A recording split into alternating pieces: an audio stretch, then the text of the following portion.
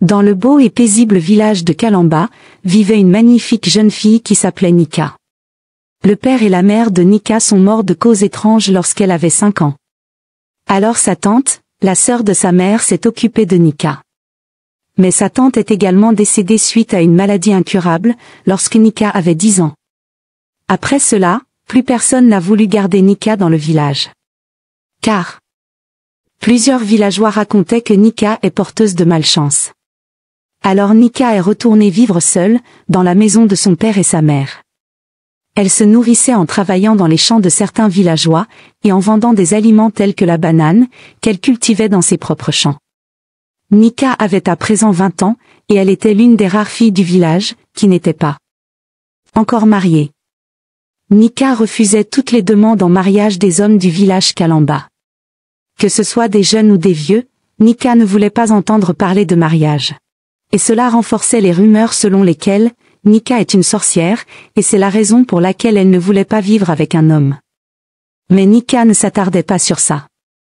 Car elle ne voulait pas se marier car elle redoutait que son secret ne soit découvert au grand jour. Vu qu'en effet, Nika menait une double vie. Elle était une sirène, qui vivait sous forme humaine dans la journée. Et dans la nuit Nika avait l'obligation de retourner vivre dans l'eau du fleuve qui traversait le village de Kalamba. Car si jamais Nika passait une nuit, sous sa forme humaine, une chose terrible allait arriver dans le village Kalamba. Akram, un beau jeune homme qui avait grandi avec Nika à Kalamba, mais qui était allé vivre en ville durant plusieurs années, pour y travailler et avoir assez d'argent. Akram était de retour au village, et il avait ouvert une épicerie, avec ses économies qu'il avait faites en travaillant en ville. Akram était très heureux de revoir Nika après tout ce temps, surtout que Nika était devenue encore plus belle. Akram a dit à Nika: « Tu m'as vraiment manqué durant toutes ces années que j'ai passées en ville, je pensais à toi à longueur de journée. Tu es l'amour de ma vie. Nika, je t'aime tellement. » Nika était très heureuse, et flattée par les propos d'Akram. Surtout que Nika était également très amoureuse d'Akram. Et cela depuis qu'ils étaient tout petits. Akram avait toujours dit à Nika que lorsqu'ils seront grands, il allait l'épouser. Et c'est l'une des raisons qui ont poussé Akram à aller travailler en ville pendant plusieurs années. Car il voulait avoir assez d'argent pour construire une maison, et ouvrir un commerce, afin de mettre sa future femme Nika à l'abri du besoin.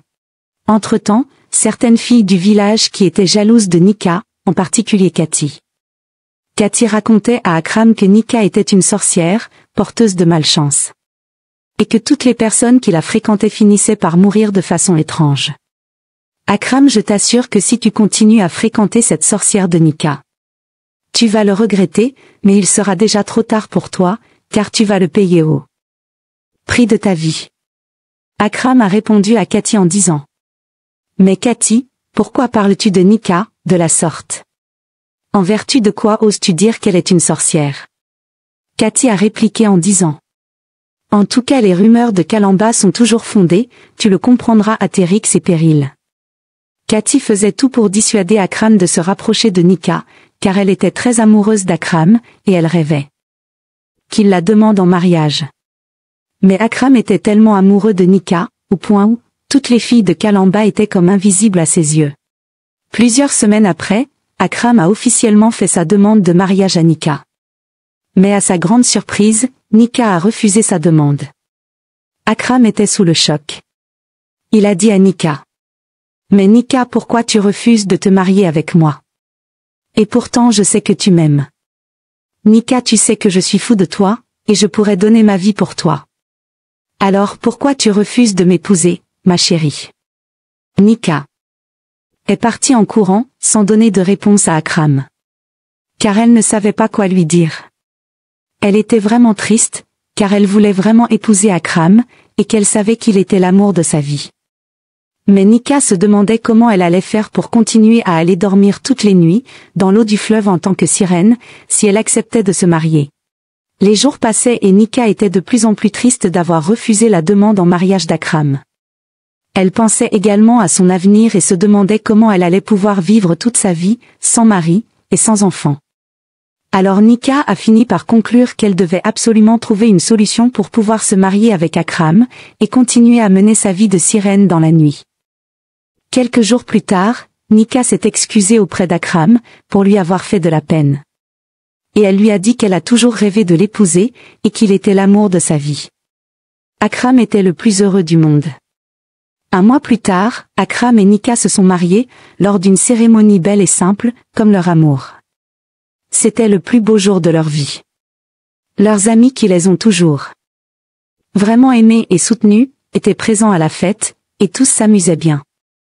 Pendant ce temps, les autres villageois qui étaient contre leur mariage les critiquaient, en regardant la cérémonie de loin. Akram et Nika se sont installés dans la maison qu'Akram avait construite. Le couple était heureux, mais le lourd secret que Nika cachait pesait de plus en plus sur ses épaules. Car en effet, toutes les nuits, Nika attendait que Akram soit profondément endormi, puis elle sortait de la maison sous la pointe des pieds, tout en se rassurant de ne faire aucun bruit, pour ne pas le réveiller. Nika passait la nuit dans le fleuve, tout en pensant à Akram, et en priant qu'il ne se réveille jamais au milieu de la nuit, afin qu'il ne se rende pas compte que sa femme Nika n'est pas dans la maison. Nika retournait chez elle très tôt le matin, avant le premier chant du coq, espérant toujours trouver son mari Akram encore endormi. Et tout se passait bien pour elle, jusqu'à ce qu'un jour, Akram se réveille très tôt un matin, et se rende compte que sa femme Nika n'était pas dans la maison. Alors il est sorti regarder dans la cour si Nika y était. Et heureusement pour Nika qu'elle était déjà arrivée devant leur maison ce matin, en revenant du fleuve. Akram a demandé à Nika la raison pour laquelle elle était dehors d'aussi bonne heure, le matin. Nika a dit à Akram qu'elle était sortie prendre un peu d'air, car elle avait chaud dans la maison.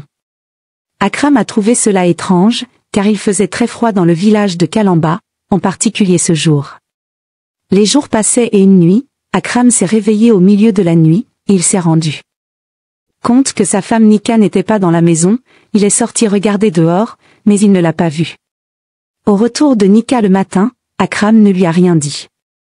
Il a attendu dans la nuit, et il a fait semblant de dormir. Lorsque Nika est sortie, Akram l'a suivi. En pensant que Nika le trompe avec un autre homme, chez qui elle va dormir toutes les nuits. Arrivé au bord du fleuve, Akram s'est caché. Derrière un arbre, il a vu sa femme Nika se transformer en sirène. Il était sous le choc, il n'arrivait pas à comprendre ce qui se passait. Il n'arrivait pas à réaliser qu'il vivait avec une sirène. Le lendemain, Akram a confronté Nika par rapport à ce qu'il avait vu au fleuve la nuit dernière. Chérie, hier dans la nuit je t'ai suivi, et je t'ai vu te transformer en sirène, au bord du fleuve. Alors c'est vrai ce que les gens du village racontent à ton sujet. Pourquoi tu ne m'en as jamais parlé?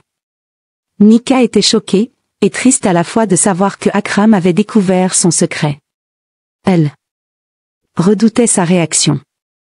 Elle se disait que Akram allait la quitter, et raconter à tout le village ce qu'il avait vu. Mais Akram, par amour pour sa femme Nika, a gardé le secret, et tous les soirs il accompagnait désormais Nika au fleuve. Et il lui tenait même compagnie, et conversait avec elle, après qu'elle se soit transformée en sirène. Nika était la plus heureuse du monde, car enfin elle n'avait plus besoin de se cacher, et passait du bon temps au bord du fleuve avec son amour. Mais une nuit Cathy, la fille qui était jalouse de Nika, et amoureuse d'Akram, les a suivis au fleuve, car elle avait remarqué que toutes les nuits, Akram et Nika se dirigeaient à cet endroit. Une nuit, cachée derrière un arbre, Cathy a vu Nika se transformer et devenir une sirène. Elle était scandalisée, et n'en croyait pas ses yeux. Elle était à présent convaincue que Nika était une vraie sorcière. Cathy a couru aller chercher les villageois qui étaient encore éveillés, et les a emmenés au fleuve pour qu'ils voient de leurs propres yeux que Nika était une vraie sorcière, et que Akram était au courant de ça. Tous les anciens du village ont immédiatement convoqué une réunion, à ce sujet.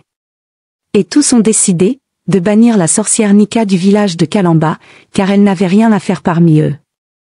Nika a respecté la décision des villageois et des anciens du village, en allant s'installer définitivement dans le fleuve, et vivre en tant que sirène jusqu'à la fin de sa vie. Mais pendant ce temps, le sort s'est acharné sur le village de Kalamba, et la foudre s'est abattue sur les villageois. Toutes les femmes qui étaient enceintes, perdaient leur bébé à la naissance.